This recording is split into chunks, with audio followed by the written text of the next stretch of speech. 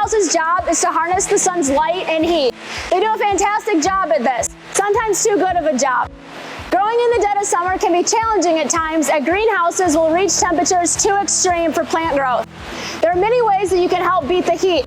However, one of the most effective is going to be an evaporative cooling wall. This wall is made up of a bunch of cellulose pads fixed into a frame that's attached to your greenhouse wall. At one end, you're going to have a reservoir full of water with a submersible pump at the bottom. When the pump kicks on, it pulls up water from the reservoir, sending it to the PVC pipe that runs horizontally along the top of the pads. This PVC pipe has little holes in it that allow the water to simultaneously shoot up and hit the reflector piece, which then evenly distributes the water down the pads. Once the water reaches the bottom of the pads, it falls into a channel where gravity sends it back into the reservoir, allowing it to recirculate again and again. Now, this alone is not what is creating the cooling effect. The cooling effect comes from air being pulled across the pads, which creates evaporation.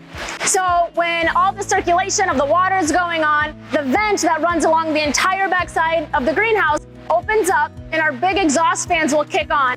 This pulls large volumes of air across the pads and throughout the greenhouse, cooling the temperature anywhere from loosely 10 to 20 degrees. The efficiency of cooling will be determined by the outside humidity.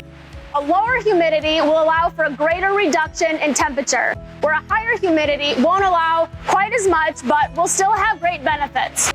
For example, let's say we had two greenhouses that had an indoor temperature of 90 degrees. One greenhouse was in a really dry climate and the other in a humid climate. The one in the dry climate might be able to reduce their temperature to low 70s, where the greenhouse in the humid climate might only be able to achieve high 70s or low 80s for temperature, which is still incredibly beneficial because your plants can still be happy in the 80s, but 90s not so much. This will all obviously depend on what kind of plant you're growing, but whatever it may be, they are sure to enjoy the relief from those scorching temperatures.